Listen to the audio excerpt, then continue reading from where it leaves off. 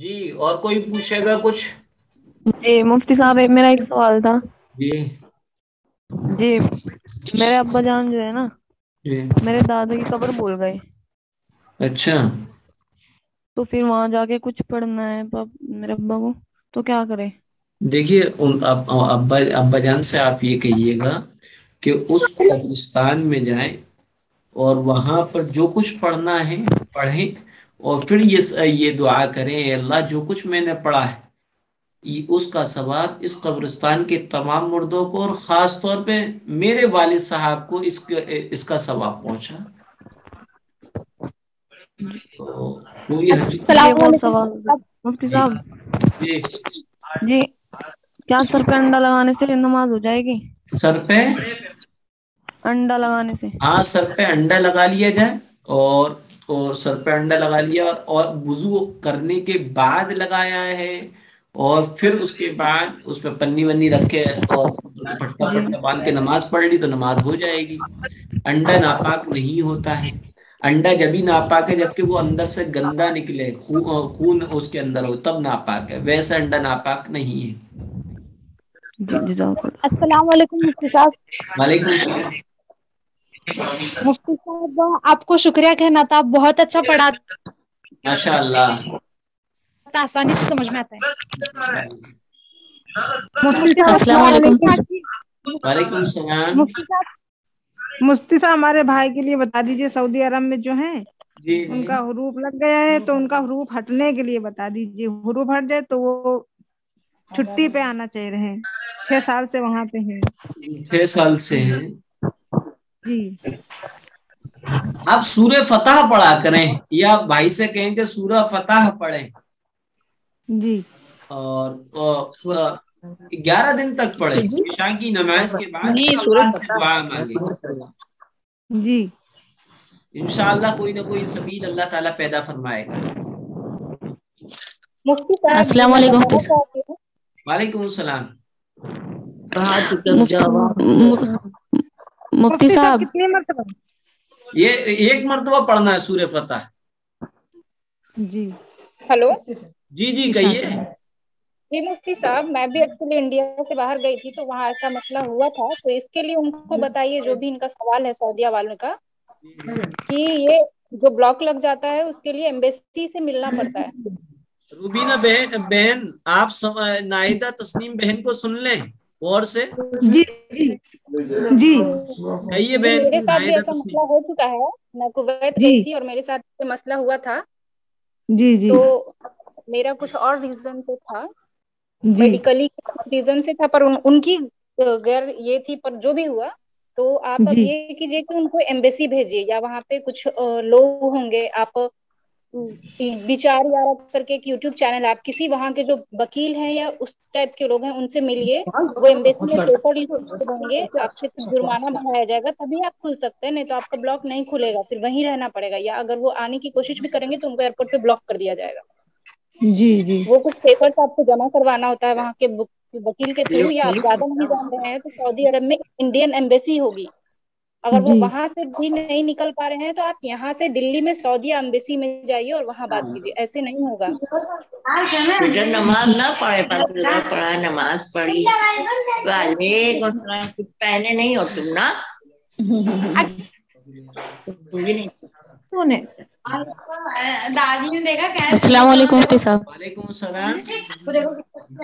مفتی صاحب جیسے کہ جو لوگ, جیسے کہ ہم گھر میں کسی کے نام کا جو چراغ جلاتے ہیں جی جی تو وہ کیسا ہے جمعرات والے دن؟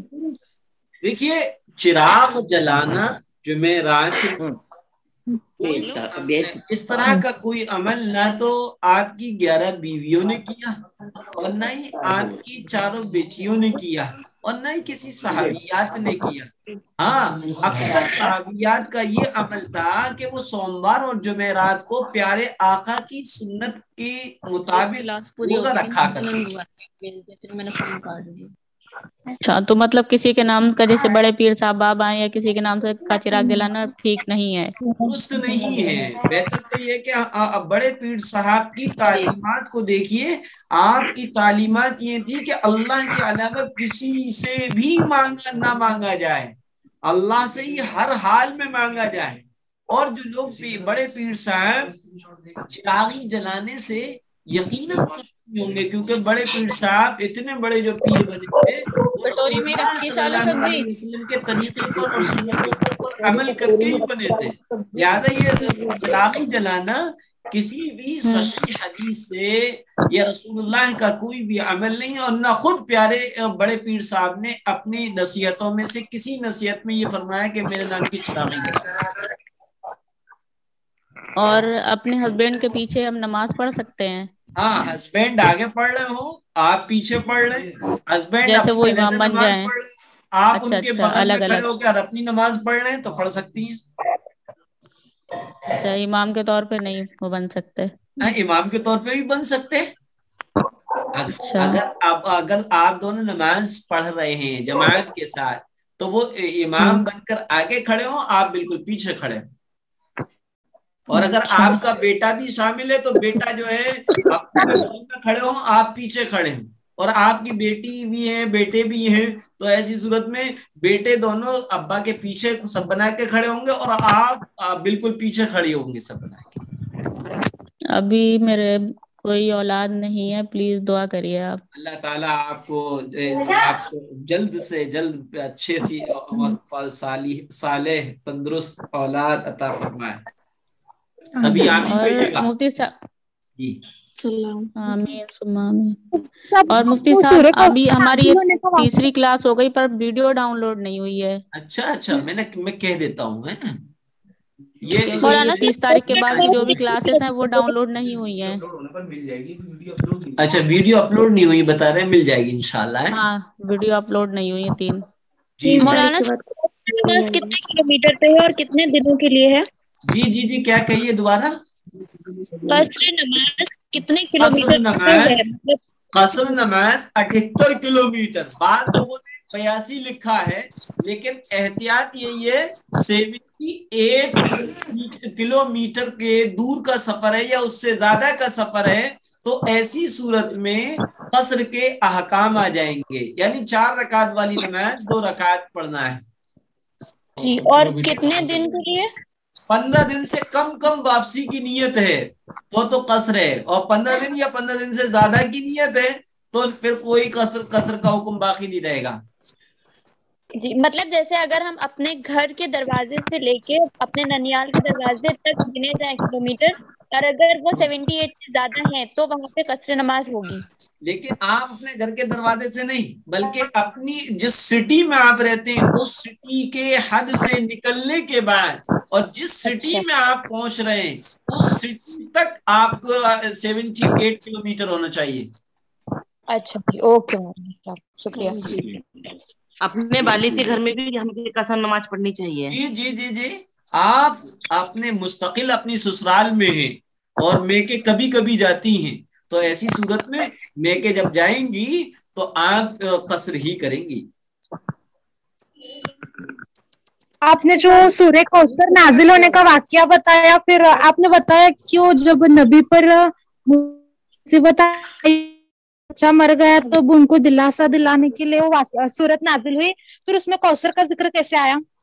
یہی تو ہے، اِنَّا أَعْطَيْنَاكَ الْكَوْثَرَ. ہم نے آپ کو بہت ساری خیر کثیر عطا کر دی.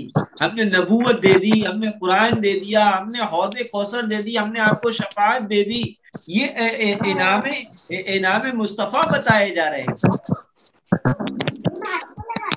اور کام مصطفیٰ فصلی لربک ونہر، قربانی کیجئے اور نماز پڑھیے گا. اور تسلی مصطفیٰ ان شانئک هو الابتر، کہ آپ کا دشمنی بے نام و نشان ہو جائے گا. اور مفتی صاحب یہ علماء کرام کا مطلب کیا ہے؟ علماء کیا ہوتا ہے؟ علماء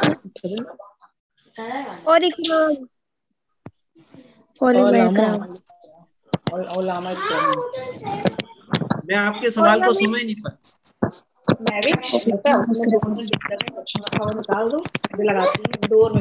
علماء اکرام. اچھا، علماء کرام، یہ علماء یہ پلورل ہے عالم کا.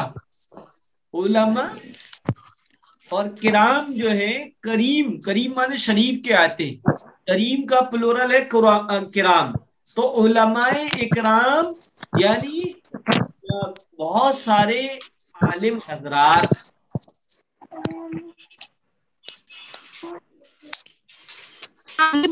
مولانا میں کیا فرق ہے؟ عالم مولانا مولوی صاحب تینوں ایک ہی کے نام ہیں.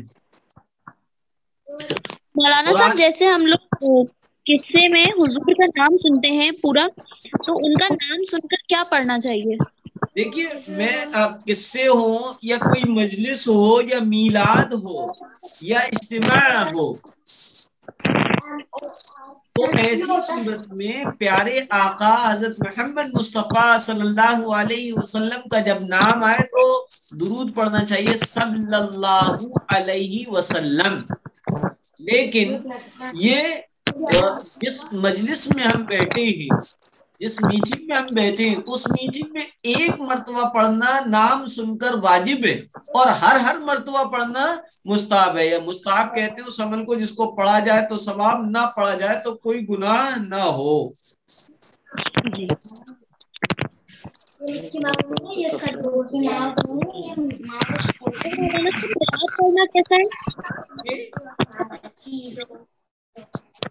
کیا کہا؟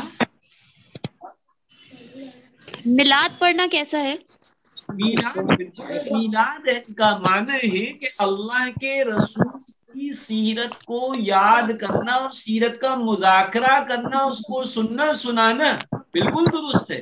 لیکن میلاد جو مروجہ میلاد ہے اس میں چند خرابی ہے. سب سے پہلی خرابی یہ ہے کہ وہ عورتیں کی آواز میں پڑھا جاتا ہے اور اتنی تیز پڑھا جاتا ہے کہ عورتوں کی آواز باہر آتی ہے، حالانکہ عورتوں کی آواز بھی پردہ ہے. دوسرا، جس گھر میں میلاد ہوتا ہے اس گھر کے مرد جو ہے بے محابہ آتے ہیں، وہ بغیر کسی روک ٹوک کیا چلے آ رہے ہیں. تیسرا یہ کہ اس میں جو میلاد میں جو کتابیں پڑھی جاتی ہیں وہ غیر مستند ہوتی ہیں، وہ حقیقت میں ان میں واقعات نہیں ہوتے. مستند عالم کی لکھی ہوئی کتابوں کو ہی پڑھا جائے.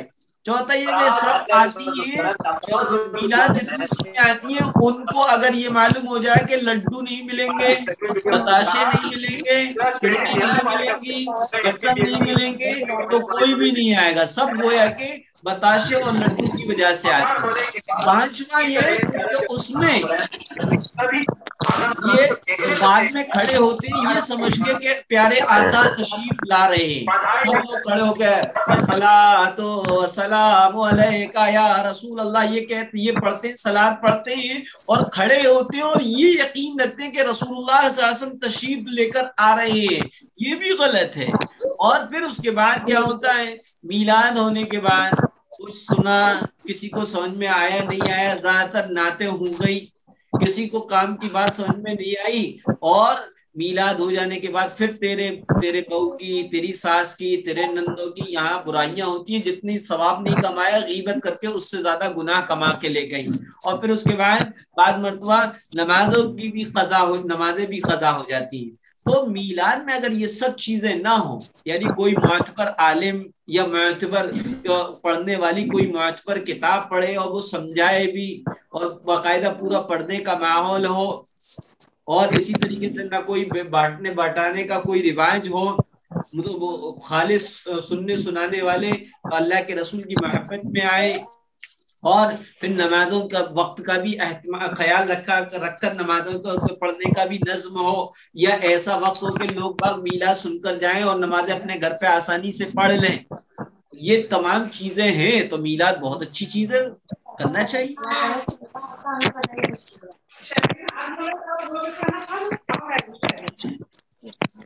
جی دعا بتائی تھی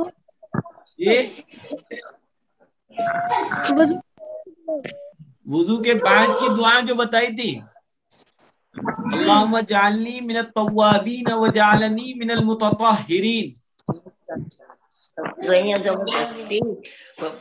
یاسمین کو کل کیا